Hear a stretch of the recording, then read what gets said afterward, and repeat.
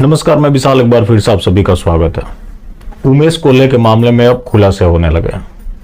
शुरुआत में पुलिस ने इसे छीन झपट का मामला बताया, लेकिन पाया गया कि जहां उनकी हत्या हुई थी, बगल में बैग मिला जिसमें पैसे मिले, जिससे शक गहराया।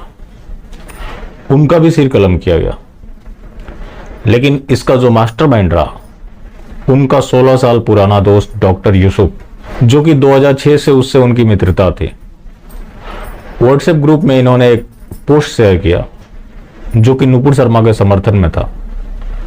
उसमें कई इनके कस्टमर भी थे जो कि मजहबी थे, और वो इनकी जान का खतरा बन गया। पुलिस ने शुरुआती तौर पर इस मामले को दबाया, लेकिन अब इस मामले को एनआईए को सौंप दिया गया। लेकिन गृह मंत्रालय ने वो जिक्र करना नहीं भूला जो उसका पैटर्न रहा कि इसमें संगठन और अंतर्राष्ट्रीय साजिशों की भी जांच की जाएगी। ऐसे मामलों के लिए अंतर्राष्ट्रीय साजिश क्या, जब यहीं बैठे हुए हैं, सबकी तालीम एक है। अब वो तो पैटर्न बन गया है कि भारत में कोई भी गतिविधि हो, उसके पाकिस्तान लिंक की जरूर जांच होगी। जांच जरूर होनी चाहिए, जांच के ऊपर कोई सवाल नहीं। लेकिन ये खुद इतने रेडिकलाइज हैं कि इनके लिए मायने नहीं रखता कि किस जगह बैठे हुए हैं। रही बात हिंदुओं की, तो जब तक एक एक हिंदू खत्म नहीं हो जाता और जब तक खुद के ऊपर ना बीते, तब तक ये समझने वाली प्रजाति नहीं है। लेकिन जब खुद के ऊपर बीतेगी तो हालात वही होंगे जो इन लोगों के साथ हो रहा है।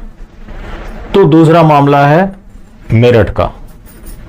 यश रस्तोगी को उनके साथियों ने, यहां भी साथी थे, वो साथी कौन लोग थे? सलमान, सावेज, अलीजान और इमरान। हत्या करने से पहले यश रस्तोगी के साथ इन्होंने रेप किया, उसके बाद इनकी हत्या की। अब पुलिस यहां लेन देन का मामला बता रही है। चारों आरोपी गिरफ्तार किए जा चुके हैं, लेकिन गिरफ्तार होने से क्या होता है? 2-4-6 महीने के बाद इनको जमानत मिल जाती है, और उसी का परिणाम है कि ऐसी घटनाएं रुक नहीं रही है। क्योंकि सूर्यकांत और जेबी पादरी वाला एक नहीं है, हर जगह भरे पड़े हैं। पादरी वाला के ऊपर भी आएंगे। उन्होंने एक दुखड़ा रोया है जिसके ऊपर चर्चा करेंगे। उससे पहले अयोध्या में हनुमान मंदिर में सो रहे पंकज शुक्ला का गला रेत कर हत्या कर दी गई। अब इसमें क्या मामला है, अब तक खुलासा नहीं हुआ कि ये किसने किया, लेकिन बेरहमी से उनका कत्ल किया गया। वो अपने नानी के घर आए हुए थे, लाइट कटा तो वो मंदिर में सोने चले गए और उनका गला बेरहमी से काट दिया गया। उस मामले की जांच हो रही है। अब है जेबी पारदी वाला, थोड़ा इनके नाम में कंफ्यूजन हो जाता है, माफ कीजिएगा, ऐसा नाम ही है। तो अब इनको सवाल उठा रहे लोगों से समस्या है, तो आपकी प्रशंसा भी तो हो रही है, उससे आपको खुश होना चाहिए। तालिबान आपके फैसलों का समर्थन कर रहा है। अब आपको क्या चाहिए? आज तक जितने मर्जी जज हुए हों, जिस तरह के फैसले दिए हो, तालिबान ने उनकी तारीफ नहीं की होगी। लेकिन अगर आपकी तारीफ तालिबान कर रहा है तो आपको तो खुश होना चाहिए। All India Muslim personal law board कर रहा है, तो कुछ फ्रिंज एलिमेंट, जिसमें मेरे को भी आप ऐड कर सकते हैं, आपके फैसलों की आलोचना कर रहा है, तो आपको भला समस्या क्यों हो रही है? ये तो होता ही है। कोई भी मामला उठा लीजिए, कहीं ऐसा नहीं होता कि 100% लोग आपके समर्थक हो। आपकी आलोचना भी तो होगी ही। अब पता नहीं किसको सुझाइए। ट्विटर पे हैशटैग सुप्रीम कोर्ट ट्रेंड हो गया।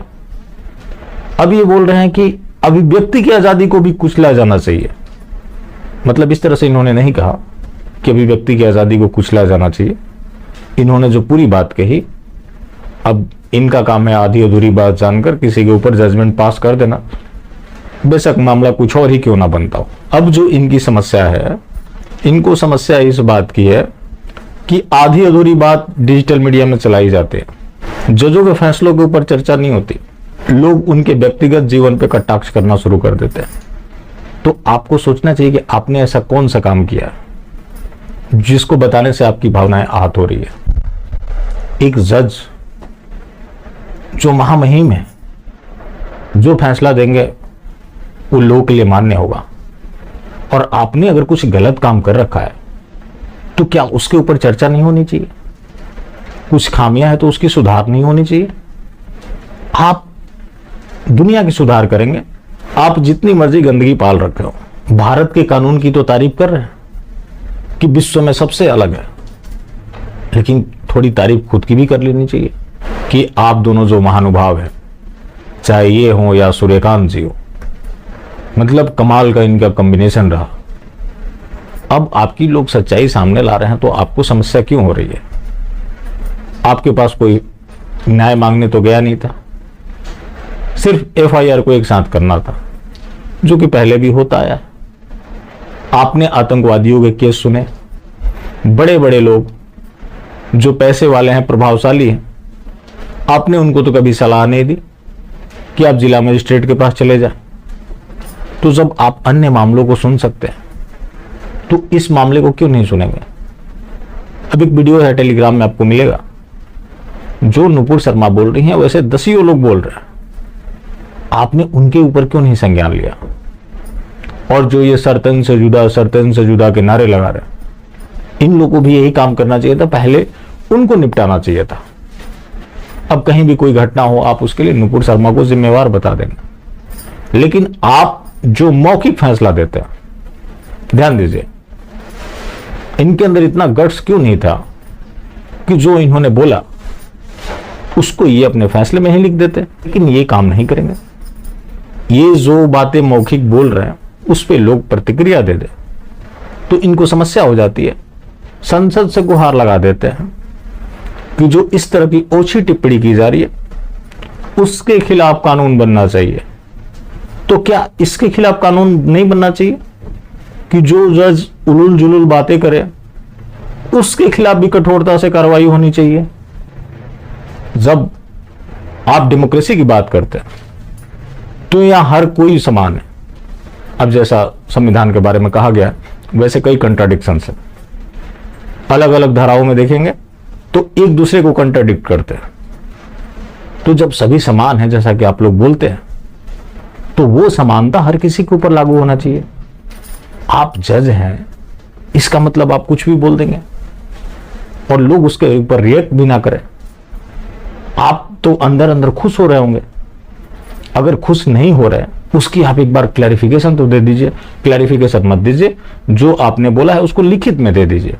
लोग उसे एक फ्रेम में लगवा लेंगे और अपने अपने घरों में टांग लेंगे कि ऐसे ऐसे हमारे जज साहब हुए और इस तरह का बहुमूल्य फैसला दिया था, जो कि भारत के इतिहास में इतना जबरदस्त फैसला आज तक हुआ ही नहीं। मैं भी लगवा लूंगा, उम्मीद करता हूं कि आप सभी लगवा लेंगे, क्योंकि जहां इतने बहुमुखी प्रतिभा के धनी जज होंगे, इस तरह के मौखिक फैसले देंगे, तो लोगों का सीना तो चौड़ा होता ही है। जब लोगों का सीना चौड़ा होता है तो कुछ ना कुछ बातें भी निकलती, तो उन बातों को आपको बर्दाश्त करने की आदत भी डालनी चाहिए पादरी वाला जी।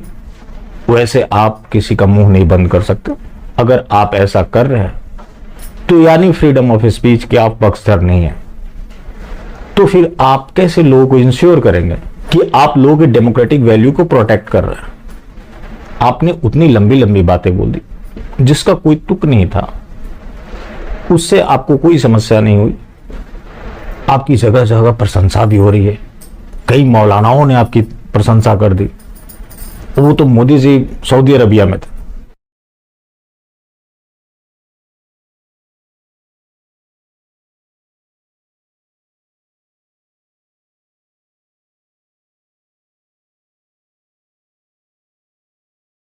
उनकी जगह ये दोनों महानुभाव चले गए होते तो इनको कम से कम 2-2 टन के माला पहनाए गए होते। अब इतना बढ़िया काम किया है। मैंने तो कल भी बोला था कि हमारे पास पहले से वैश्विक नेता थे, आज हमारे पास वैश्विक जज भी है, जिनका आतंकवादी संगठन भी मुरीद हो चुके हैं।